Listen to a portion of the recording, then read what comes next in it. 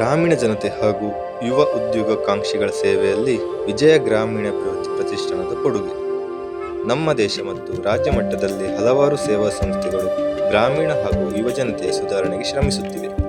ಈ ನಿಟ್ಟಿನಲ್ಲಿ ಸುಮಾರು 3 ದಶಕಗಳಿಂದಲೂ ಎಲೆಮರೆಯ ಕಾಯಿಯಂತೆ ಬ್ಯಾಂಕ್ ಆಫ್ ಬರೋಡಾದಿಂದ ಪ್ರಾಯೋಜಿತ ವಿಜಯ ಗ್ರಾಮೀಣಾಭಿವೃದ್ಧಿ ಪ್ರತಿಷ್ಠಾನವು ತನ್ನದೇ ಆದ ಕೊಡುಗೆಯನ್ನು ನೀಡುತ್ತಿದೆ. ಪ್ರತಿಷ್ಠಾನದ ಬಗ್ಗೆ ಜನರಿಗೆ ಅರಿವು ನೀಡುವ ಉದ್ದೇಶದಿಂದ ಸಂಕ್ಷಿಪ್ತ ಮಾಹಿತಿಯನ್ನು ಉಲ್ಲೇಖಿಸಲಾಗಿದೆ. ಪ್ರತಿಷ್ಠಾನವು ಇಸವಿ 1990ರಲ್ಲಿ ಇಂದಿನ ವಿಜಯ ಬ್ಯಾಂಕ್ನಿಂದ ಸ್ಥಾಪಿಸಲ್ಪಟ್ಟಿತು.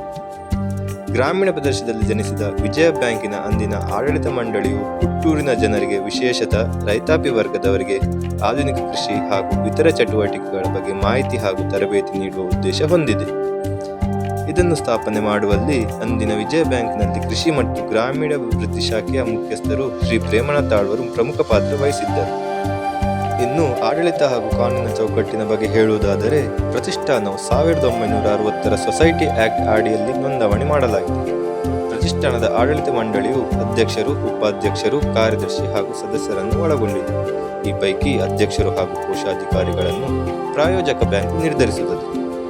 ಆಡಳಿತ ಮಂಡಳಿ ಸದಸ್ಯರು ಸಮಾಜದ ವಿವಿಧ ಕ್ಷೇತ್ರಗಳಲ್ಲಿ ಪರಿಣಿತಿ ಹೊಂದಿದ ಹಾಗೂ ಸಾಧನೆ ಮಾಡಿದ ವ್ಯಕ್ತಿಗಳನ್ನು ಹೊಂದಿರುತ್ತದೆ. ಸಂಪನ್ಮೂಲಗಳು ಮತ್ತು ಸಿಬ್ಬಂದಿ. ಪ್ರತಿಷ್ಠಾನವು 5,000ಕ್ಕೂ ಹೆಚ್ಚಿನ ಸದಸ್ಯರನ್ನು ಹೊಂದಿದ್ದು, ಪ್ರಾಯೋಜಕ ಬ್ಯಾಂಕು ಕಾಲಕಾಲಕ್ಕೆ ಅಗತ್ಯಕ್ಕೆ ತಕ್ಕಂತೆ ಅನುದಾನವನ್ನು ನೀಡುತ್ತದೆ. ಸದಸ್ಯರಲ್ಲಿ ಹೆಚ್ಚಿನವರು ಸಾಮಾನ್ಯ ಸದಸ್ಯರಾಗಿದ್ದು, ಪೋಷಕ ಸದಸ್ಯರು ಕೂಡ ಸಾಕಷ್ಟು ಸಂಖ್ಯೆಯಲ್ಲಿದ್ದಾರೆ. ಪ್ರಾಯೋಜಕ ಬ್ಯಾಂಕ್ನ ಹಿರಿಯ ಅಧಿಕಾರಿಗಳು ಪ್ರತಿಷ್ಠಾನದ ಅಧ್ಯಕ್ಷರಾಗಿರುತ್ತಾರೆ. ಹಾಗೆ ಉಪಾಧ್ಯಕ್ಷರು ಮತ್ತು ಕಾರ್ಯದರ್ಶಿ ಸ್ಥಾನವು ಸದಸ್ಯರಿಂದ ಆಯ್ಕೆ ಮಾಡಲಾಗುವುದು. ಬ್ಯಾಂಕ್ ಒಬ್ಬ ಹಿರಿಯ ಅಧಿಕಾರಿಯನ್ನು ಪ್ರತಿಷ್ಠಾನದ ಮುಖ್ಯ ಕಾರ್ಯನಿರ್ವಾಹಕರಾಗಿ ನಿಯೋಜನೆ ಮಾಡಿದ್ದು, ಇವರು ಬ್ಯಾಂಕ್ ಮತ್ತು ಪ್ರತಿಷ್ಠಾನದ ನಡುವೆ ಕೊಂಡಿಯಂತೆ ಕಾರ್ಯನಿರ್ವಹಿಸುತ್ತಾರೆ. 3 ತಿಂಗಳಿಗೆ ಒಂದು ಬಾರಿ ನಡೆಯುವ ಆಡಳಿತ ಮಂಡಳಿ ಸಭೆಯಲ್ಲಿ ಪ್ರತಿಷ್ಠಾನದ ಚಟುವಟಿಕೆಗಳ ಮೌಲ್ಯಮಾಪನ ಹಾಗೂ ಮುಂಬರುವ ಅವಧಿಯಲ್ಲಿ ನಡೆಯುವ ಕಾರ್ಯಕ್ರಮಗಳ ಬಗ್ಗೆ ಚರ್ಚಿಸಲಾಗುತ್ತದೆ.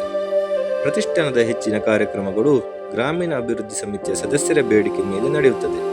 ಪ್ರತಿಷ್ಠಾನದ ಕಾರ್ಯವ್ಯಾಪ್ತಿ ಆರಂಭಿಕ ಹಂತದಲ್ಲಿ ದಕ್ಷಿಣ ಕನ್ನಡ ಹಾಗೂ ಉಡುಪಿ ಜಿಲ್ಲೆಗಳಿಗೆ ಸೀಮಿತವಾಗಿದ್ದ ಕಾರ್ಯಕ್ಷೇತ್ರವನ್ನು ಧಾರವಾಡ, ಮಂಡ್ಯ, ಹಾವೇರಿ, ಕಾಸರಗೋಡು ಜಿಲ್ಲೆಗಳಿಗೂ ವಿಸ್ತರಣೆ ಮಾಡಲಾಗಿದೆ.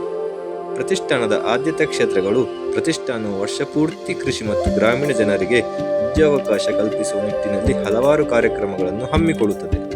ವೈಜ್ಞಾನಿಕ ಹಾಗೂ ಸಾವಯವ ಕೃಷಿ ಬಗ್ಗೆ ಮಾಹಿತಿ ಶಿಬಿರ, ಕೃಷಿ ಕ್ಷೇತ್ರ ಸಂದರ್ಶನ, ಆಧುನಿಕ ಕೃಷಿ ಯಂತ್ರೋಪಕರಣಗಳ ಬಗ್ಗೆ ಮಾಹಿತಿ ಮತ್ತು ಪ್ರಾತ್ಯಕ್ಷಿಕತೆ. ಕೇಂದ್ರ ಮತ್ತು ರಾಜ್ಯ ಸರ್ಕಾರ ಹಾಗೂ ಬ್ಯಾಂಕುಗಳಿಂದ ದೊರೆಯುವ ಸವಲತ್ತು, ಸಾಲಗಳ ಅರಿವು ಮೂಡಿಸುವುದು. ಗ್ರಾಮೀಣ ಯುವಜನರಿಗೆ, ವಿಶೇಷವಾಗಿ ಮಹಿಳೆಯರಿಗೆ ಸ್ವಉದ್ಯೋಗ ಕೈಗೊಳ್ಳಲು ಬೇಕಾದ ತರಬೇತಿ. ಅರ್ಹ ಗ್ರಾಮೀಣ ವಿದ್ಯಾರ್ಥಿಗಳಿಗೆ ಪ್ರೋತ್ಸಾಹಧನ ವಿತರಣೆ ಮಾಡುವುದು. 2019ನೇ ಇಸವಿ ಏಪ್ರಿಲ್ನಲ್ಲಿ ವಿಜಯ ಬ್ಯಾಂಕ್ ಆಫ್ ಬರೋಡಾದಲ್ಲಿ ವಿಲೀನಗೊಂಡ ಬಳಿಕ ಬ್ಯಾಂಕ್ ಆಫ್ ಬರೋಡಾ ಪ್ರಾಯೋಜಕತ್ವದಲ್ಲಿ ಕಾರ್ಯಕ್ರಮಗಳು ನಡೆಯುತ್ತಿವೆ. ಈ ಸಾಲಿನಲ್ಲಿ ಮಾರ್ಚ್ 1ನೇ ದಿನಾಂಕದಿಂದ ಇದುವರೆಗೂ ವಿವಿಧ ಕಾರ್ಯಕ್ರಮಗಳನ್ನು ಹಮ್ಮಿಕೊಂಡಿದ್ದು, ಸುಮಾರು ಜನರು ಪ್ರಯೋಜನ ಪಡೆದಿದ್ದಾರೆ. ಇತ್ತೀಚೆಗೆ ಮಣಿಪಾಲದ ಭಾರತೀಯ ವಿಕಾಸ ಟ್ರಸ್ಟ್ ಪ್ರತಿಷ್ಠಾನದ ಜೊತೆ ಕೈ ಜೋಡಿಸಿದ್ದು, ಮುಂಬರುವ ದಿನಗಳಲ್ಲಿ ಇನ್ನೂ ಹೆಚ್ಚಿನ ಕಾರ್ಯಕ್ರಮಗಳನ್ನು ಆಯೋಜಿಸುವ ಸಾಧ್ಯತೆ ಇದೆ. ಆಡಳಿತ ಮಂಡಳಿಯ ಪಾತ್ರ. ಆಡಳಿತ ಮಂಡಳಿಯು ಸಮಾಜದ ವಿವಿಧ ವರ್ಗಗಳ ಸದಸ್ಯರನ್ನು ಒಳಗೊಂಡಿದ್ದು, ಪ್ರತಿಷ್ಠಾನಕ್ಕೆ ಅಗತ್ಯ ಮಾರ್ಗದರ್ಶನ ನೀಡುತ್ತಿದೆ. ಪ್ರಸ್ತುತ ಕಾರ್ಯದರ್ಶಿ ಶ್ರೀ ಬಿ. ರಾಜೇಂದ್ರ ರೈ ಅವರು 2004ರಿಂದಲೂ ಈ ಜವಾಬ್ದಾರಿಯನ್ನು ವಹಿಸಿಕೊಂಡಿದ್ದು, ಪ್ರತಿಷ್ಠಾನವನ್ನು ಯಶಸ್ವಿಯಾಗಿ ಮುನ್ನಡೆಸುವಲ್ಲಿ ಪ್ರಮುಖ ಪಾತ್ರ ವಹಿಸಿದ್ದಾರೆ. ವಿಜಯ ಬ್ಯಾಂಕ್ನ ನಿವೃತ್ತ ಡಿಜಿಎಂ ಶ್ರೀ ಪ್ರೇಮನಾಥ್ ಆಳ್ವ ಅವರು ಪ್ರತಿಷ್ಠಾನದ ಉಪಾಧ್ಯಕ್ಷರು. ತಮ್ಮ ಇಳಿವಯಸ್ಸಿನಲ್ಲೂ ಮಾರ್ಗದರ್ಶನ ನೀಡುತ್ತಿರುತ್ತಾರೆ. ಹಾಗೆ ಪ್ರಾಯೋಜಕ ಬ್ಯಾಂಕ್ ಆಫ್ ಬರೋಡಾದ ಹಿರಿಯ ಅಧಿಕಾರಿಗಳು ಪ್ರತಿಷ್ಠಾನದ ಎಲ್ಲ ಕಾರ್ಯಗಳಲ್ಲಿ ಸಕ್ರಿಯವಾಗಿ ಭಾಗವಹಿಸಿ ಸಹಕಾರವನ್ನು ನೀಡುತ್ತಾ ಬಂದಿದ್ದಾರೆ. ಈ ರೀತಿಯಾಗಿ ರಾಷ್ಟ್ರೀಕೃತ ಬ್ಯಾಂಕ್ನಿಂದ ಪ್ರಾಯೋಜಿತ ಸರಕಾರೇತರ ಯಾವುದೇ ಪ್ರತಿಫಲಾಪೇಕ್ಷೆ ಇಲ್ಲದೆ ನಮ್ಮ ನಡುವೆ ಕಾರ್ಯನಿರ್ವಹಿಸುತ್ತಿರುವುದು ನಿಜವಾಗಿಯೂ ಹೆಮ್ಮೆಯ ವಿಷಯವಾಗಿದೆ.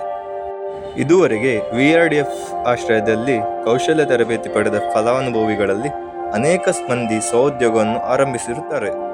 ಅದರಲ್ಲೂ ಕುಂದಾಪುರದ ಆಲೂರಿನಲ್ಲಿ ಆಯೋಜಿಸಿದ ಸಂಬಾರ ಮಸಾಲ ಪದಾರ್ಥ ತಯಾರಿಕೆ ತರಬೇತಿಯನ್ನು ಪಡೆದ ಅಲ್ಲಿನ ಮಹಿಳೆಯರು SP ಮಸಾಲ ಎಂಬ ಹೆಸರಿನಿಂದ, ಅದೇ ರೀತಿ ಪಡಿಲ್ನಲ್ಲಿಯೂ VDC ಅಡ್ಯಾರ್ನ ಸದಸ್ಯರು SSMM ಹೋಮ್ ಪ್ರಾಡಕ್ಟ್ ಹೆಸರಿನಿಂದ ಸಂಬಾರ ಮಸಾಲ, ಫಿನೈಲ್, ಉಪ್ಪಿನಕಾಯಿ ಇವುಗಳ ಮಾರಾಟ ಮಾಡಿ ಆರ್ಥಿಕತೆಯಲ್ಲಿ ಮುನ್ನಡೆಯನ್ನು ಕಂಡಿರುತ್ತಾರೆ. ಕಡೇಶಿ ವಲಯದಲ್ಲಿಯೂ ಕೂಡ ಟೈಲರಿಂಗ್ ತರಬೇತಿ ಪಡೆದ ಫಲಾನುಭವಿಗಳು ಟೈಲರಿಂಗ್ ಕ್ಷೇತ್ರದಲ್ಲಿ ಸ್ವಉದ್ಯಮವನ್ನು ಆರಂಭಿಸಿರುತ್ತಾರೆ.